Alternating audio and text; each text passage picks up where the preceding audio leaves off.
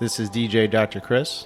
And it's your favorite nurse practitioner, Bree. Today I'll be talking about heart rate variability. And I will be discussing tachycardia. And after that, we'll pop open a bottle and see what comes out. Are you ready? So excited for this one. Okay, Bree, what's going on? How are you? I'm good. How are you, Dr. Chris? Doing great.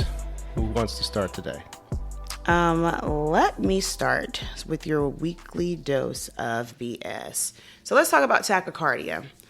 It pretty much means the same thing, but different things can cause it. So according to the Mayo Clinic, tachycardia is the medical term for a heart rate over 100 beats per minute. There are many heart rhythms disorders or arrhythmias that causes tachycardia. Sometimes it can be normal to have a fast heartbeat. For instance, it's normal for your heart rate to rise during exercise or response to stress, trauma, or illness.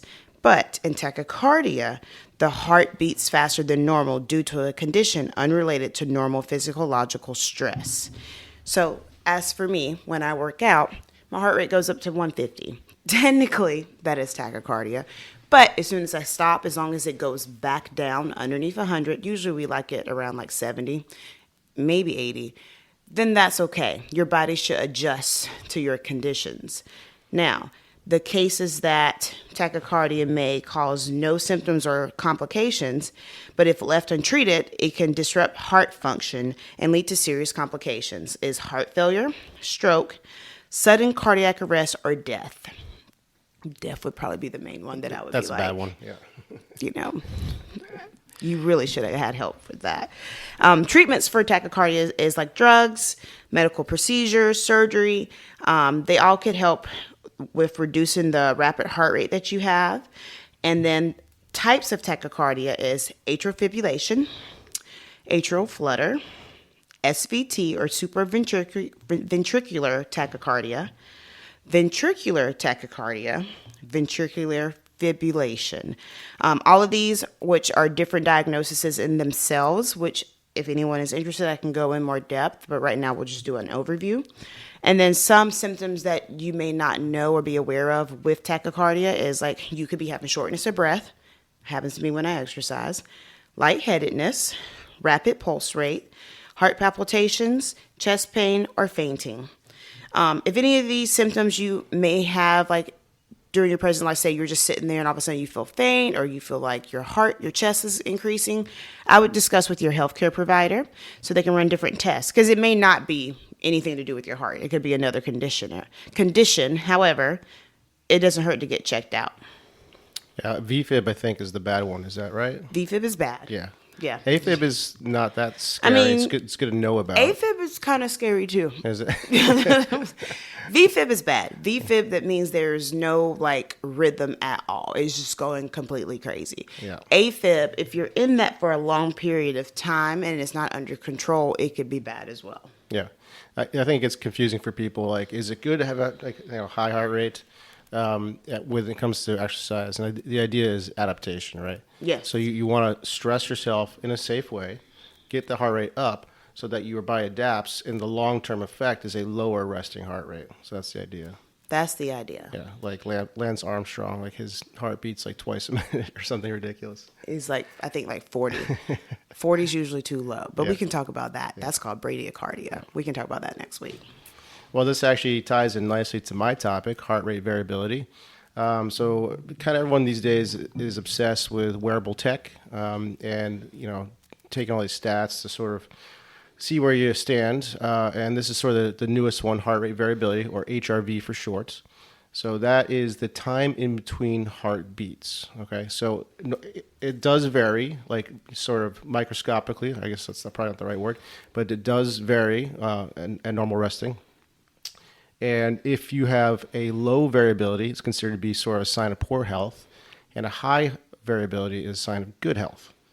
And so why is that? So this really comes down to the autonomic nervous system. So the autonomic nervous system is divided into the sympathetic or fight or flight response and the parasympathetic nervous system, which is sort of the relax and recover system. Right? Remember that? Fight or flight. Fight or flight, yeah. So in a fight or flight mode, like muscles constrict, the pupils dilate, the GI system basically is inhibited, And the parasympathetics basically turns all that off. It's the reverse of that. And that's really controlled by the vagus nerve. And we tend to be in a vagal state or a parasympathetic state. So basically, the body has a system called homeostasis, right? And that's basically a balancing act. And if you have too much or too little something, something happens. So like the thyroid, too much thyroid, you have what? Hashimoto's, or is that Graves? I always get that confused. Hashimoto's and Graves. Too much of thyroid and you have Graves. Too little and you have Hashimoto's, I think is right. Is that right? I think so. We did a whole section of thyroid. And Yeah, go back to those episodes. but I know Graves' disease is hyper. So that's That's right. And it Hashimoto's is produces too much. Yeah. So anyways, the nervous system basically is trying to also maintain homeostasis. So one interesting example of this is breathing. So when you breathe in, your heart rate increases to oxygenate the tissues. And when you exhale, the heart rate decreases. And here's something interesting. There's even a difference between the nostrils. So left nostril inhaling is associated with the logical brain and the parasympathetic nervous system, and the right is associated with the creative side in the sympathetic nervous system. So breathing in through both nostrils keeps homeostasis.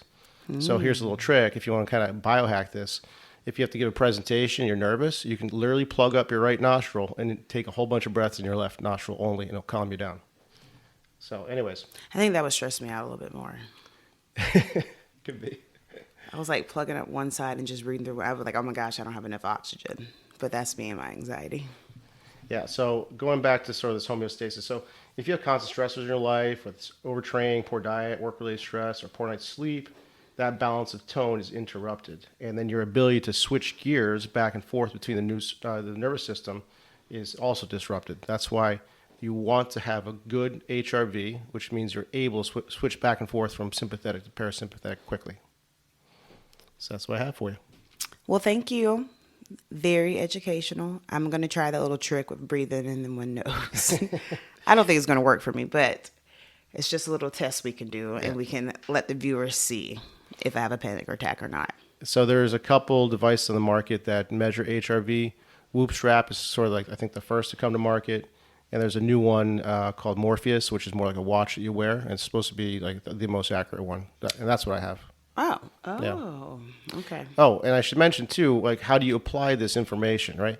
So if you wear one of these watches, you get a recovery score. So a lot of it has to do with how you slept. So if you have a poor HRV and a poor recovery score, You just shit out of luck. well, it might change how you train that day, right? So if you have a poor one, maybe you don't try to do a PR or squat that day. Or if you're like 90 to 100% recovered, that's where you can hit it hard. So that's what you do with that information. Good to know. We'll have to link that on the Instagram and on your website, so that way people can actually look at the product and decide if they want to use it for themselves. Absolutely. So, are you ready? Let's do some questions, or do you want to pop open a bottle first? Don't we always pop open a bottle first for the questions? I'm already drinking, so all right, we'll see what happens. Let's do it. Did you just smell your armpit? I was wiping sweat. Okay. So let's pop open a bottle and see what comes out. All right, let's do it. Okay. All right, Chris. You have some questions for me? No, I want to know what you're drinking today. Oh, I'm drinking a rosé in honor of you. It's a La Crema. Oh, I love La Crema. Yeah, I know. It's delicious. Actually, it's the first time I've had the rosé version. It's really good. Oh, really? Yep. I've had the Chardonnay, of course, the Pinot Noir, and the rosé. It's just because I drink a lot. Have you heard of an orange wine? No. Yeah, I was just in Charleston for a PT conference, and I went to this place, 167 Raw, which is amazing, and they have orange wine there. I've never heard of it. Oh, well, maybe you should tell us about that in your segment of the food and stuff. We can give Okay. a shout out to Charleston. All right, I will. But you're drinking the rosé. Is it good? Delicious. Is it light? Is it sweet? Is it dry? Light, not sweet, not overly dry, but definitely not sweet. So it's really nice. What about you? What are you drinking? So, of course, I'm drinking a rosé as well. It is more of a dry rosé, very crisp, light. It's from Provence, France, of course, is one of my favorites. I'm trying to think, like, if we've ever had this one before, because sometimes I like go back, but it's Whispering Angels. I don't know if I've talked about that It one or doesn't not. sound familiar. But it's basic. It's about like between 19 to $22. You can get it from like Winn-Dixie, Walmart, Publix, all those places.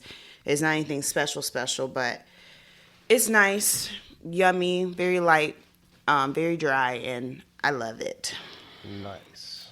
Okay. You want some good news? I would love some good news. Okay. Here's the title of the article. Oklahoma Goodwill employee finds 42,000 hidden in donated clothing, and her integrity pays off. So let me find her name here. I think it was Andrea. Andrea Lessing was working at Goodwill. Found a stack of hundreds in like a jacket or something like that. And her first thought was of her 6-year-old daughter, and she was like, "I can finally give my daughter an awesome party." But then she started thinking about it, and she believes in karma, and couldn't imagine keeping the money for herself. She reported the cash, and the owners actually completely forgot about the money, and they gave her a $1,000 reward, and she was able to give her 6-year-old an awesome party. Look at there. Good. Honesty does pay off. Honesty is always the best policy, in my opinion. Even if you know you're going to get in trouble, you should still tell the truth. I feel like this world needs to be reminded of that. Good job, Andrea. We're proud of you. Good job. We are proud of you. Round of applause. I wish we had like a little cheer thing. We'll have to come up with that. I'll find that. Yeah. So, who's ready for some common sense questions? Oh boy, here we go. I'm ready. How many times did the blah blah blah blah? How many times is the rose? How many times does the alphabet A appear from 0 to 100? The alphabet A from 0 to 100? I don't understand the question. How many times? Can you reread it? How many times does the alphabet A appear from 0 to 100? The alphabet A appear 0. I don't understand the question. So 0 to 100. How many times do you see the letter A? Oh, in spelling all the numbers? I guess. 0, Maybe. 0. No, this is a trick question. That's a trick question. 0. Good job. None. You it's like the numerical way of 0 to 100. So you don't see Okay. the alphabet at I all. just guessed because I was like, I don't even understand what this is asking. All right. Why is it against the law for a man living in North Carolina to be buried in South Carolina? Because he's alive in North Carolina. Good job, Chris. You thought about that one. Yep. I just picked that You one don't, because you of don't South bury Carolina. somebody alive. Yeah, you can't bury Basically. someone alive. All right. Name the most recent year in which New Year's came before Christmas. Name the most recent year where New Year's came before Christmas.